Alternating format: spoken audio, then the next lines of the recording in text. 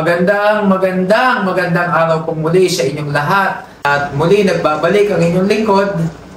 Magbigay lang po ng konting alaala, konting kaalaman at gabay sa ating pang-araw-araw na buhay.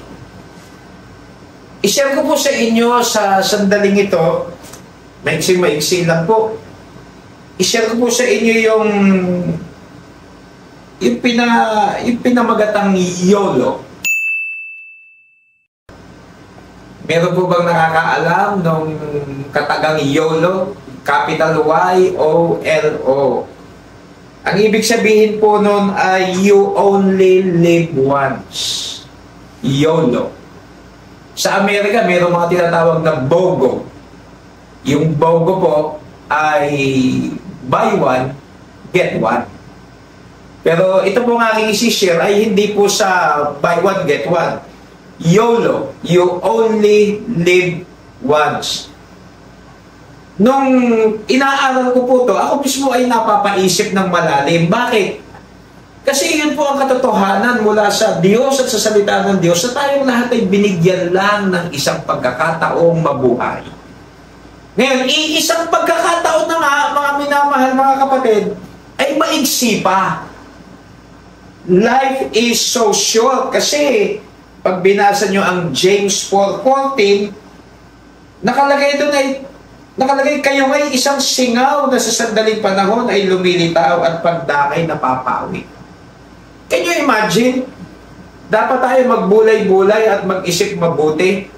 Isang beses ang ibinigay na pagkakataon ng Diyos na mabuhay, tapos maigsi pa, at yung isang beses na yun at maigsi pa, dapat nating pagbulay-bulayan, ano ginagawa natin sa buhay natin ngayon para sa Panginoon?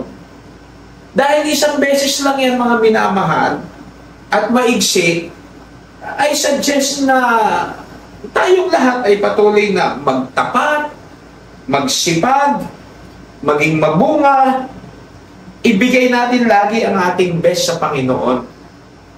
Yung bang mabubuhay tayo na sundin natin kung ano ang kalooban niya? Kasi nga, isang beses lang at maigsi. As you all know, papanaw tayong lahat, haharap tayo sa Diyos at magbibigay sulit. Yung binigay ng Diyos na buhay na ipinahiram sa atin ay naipagamit ba natin sa Kanya pabalik? Kaya tama ang sinabi ni King David sa Book of Psalms. Alam niyo, nakalagay sa Book of Psalms, chapter 90, verse 12, so teach us to number our days, that we may apply our hearts unto wisdom.